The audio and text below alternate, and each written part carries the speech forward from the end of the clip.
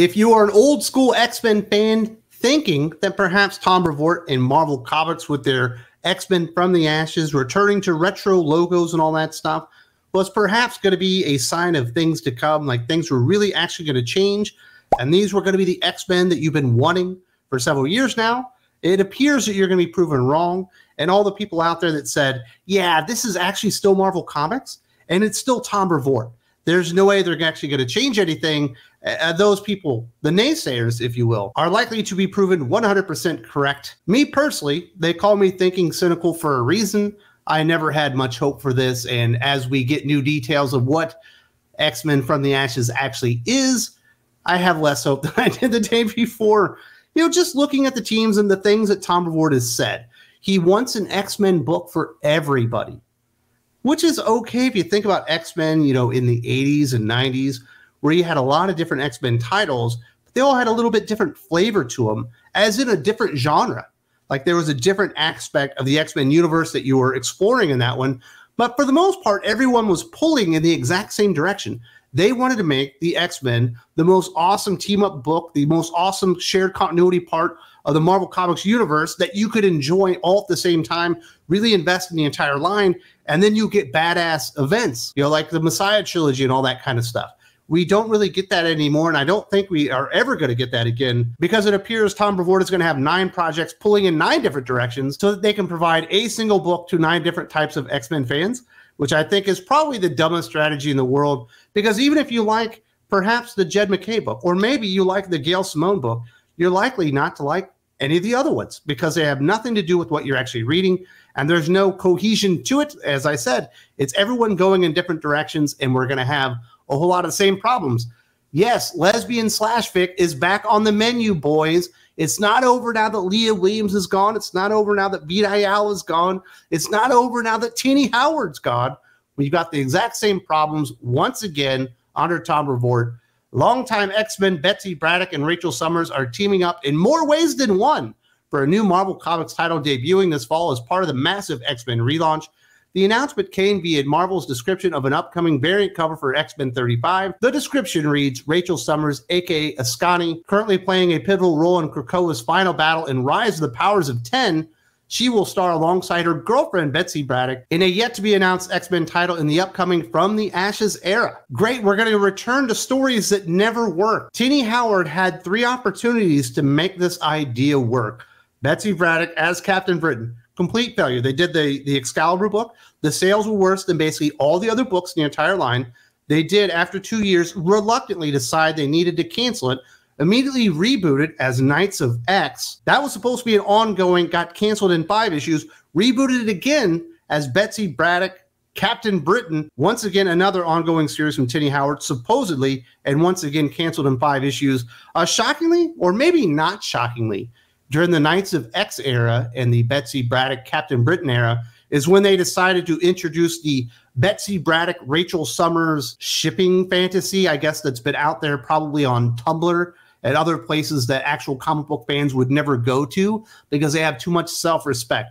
That is basically what Marvel Comics has become, especially the X-Men line. But this isn't just an X-Men problem. This has been permeating throughout the Marvel line. It just happened to be concentrated really, really hard in X-Men because Jordan White went out there and decided that the shipping community was more important than actual X-Men fans.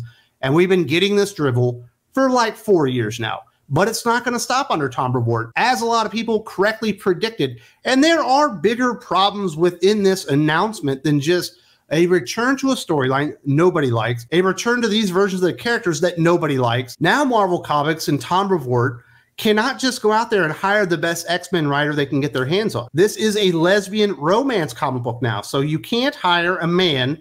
So if you cut down your pool, as far as comic book writers at Marvel, probably down to 20% of your actual writers, and they have to be a lesbian. So you're only talking about 80% of the female writers in all of Marvel Comics. And obviously, once you start cutting out the ability to have good writers on the book, you're basically stuck in a rock and a hard place. So it's not going to be Leah Williams. She doesn't appear to be writing for Marvel anymore. It's not going to be Vita Ayala. It's not going to be Tini Howard. I don't think so. Maybe it's going to be Celeste Bronfman. If you really like Jackpot and Black Cat, make sure that you email Tom Brevoort and you can get the Celeste Bronfman, Betsy Braddock, and Rachel Summers /fic book that you will never actually buy and will only be pirated.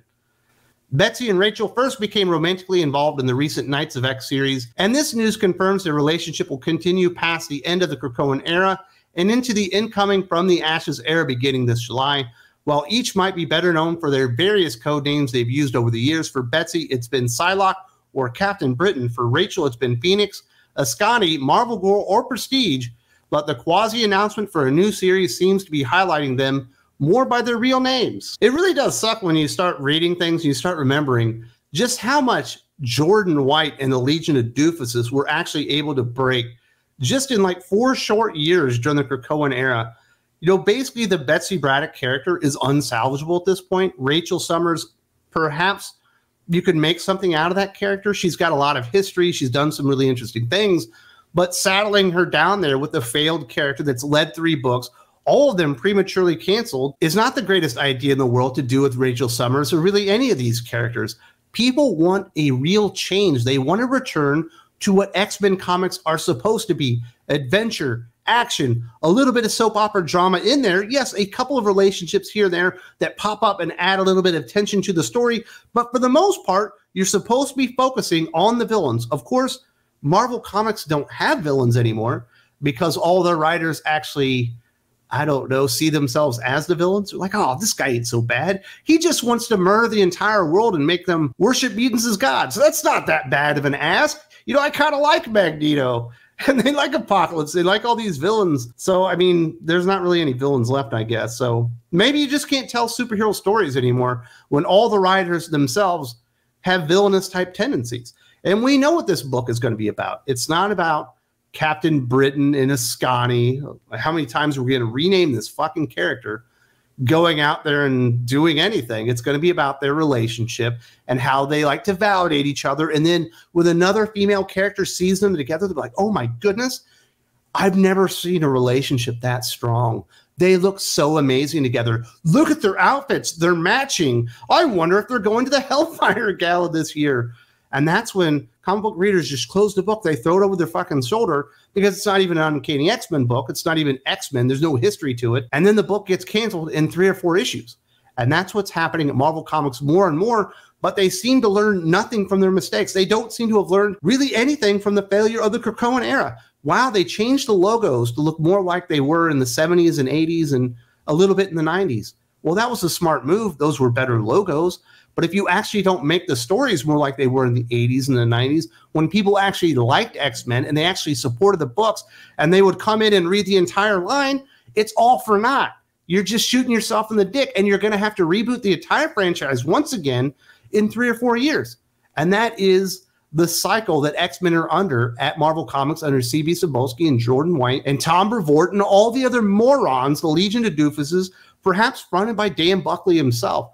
These people cannot get out of their own way. This news comes hot on the heels of the entire new X-Men Era lineup getting announced last week. All told, there are 9 X-Men titles coming when the line relaunches in July.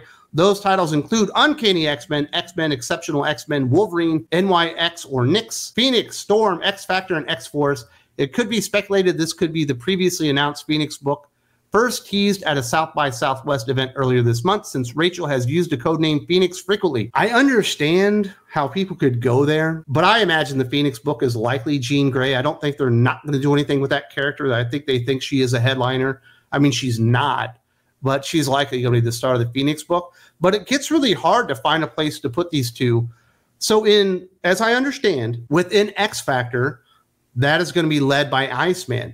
Perhaps they're going to be on that team, and that will be like the LGBTQIA+ comic book where they just put all the gay characters except for 1 or 2 that are on other teams. But are they really willing to weigh that comic book down for that? X Factor has actually sold a little bit in the past. I don't see these 2 characters joining X-Force. They're certainly not going to be in the Storm book. They're certainly not going to be in the Wolverine book. I've been told the NYX Nyx book is actually going to be a Miss Marvel book. So I don't think they would be in there. So I guess it's X Factor or X-Force, probably. It's got to be X Factor, right? Or I guess maybe Phoenix. Or maybe, you know, they did say it's an unannounced comic book for the From the Ashes era. All those books have been announced. We just don't have teams or creators for them, you know, outside of Uncanny X-Men, X-Men, and Exceptional X-Men. But I don't know. It's going to be weird. What do you guys think is going to be canceled first? The best candidate to get canceled first is likely Exceptional X-Men.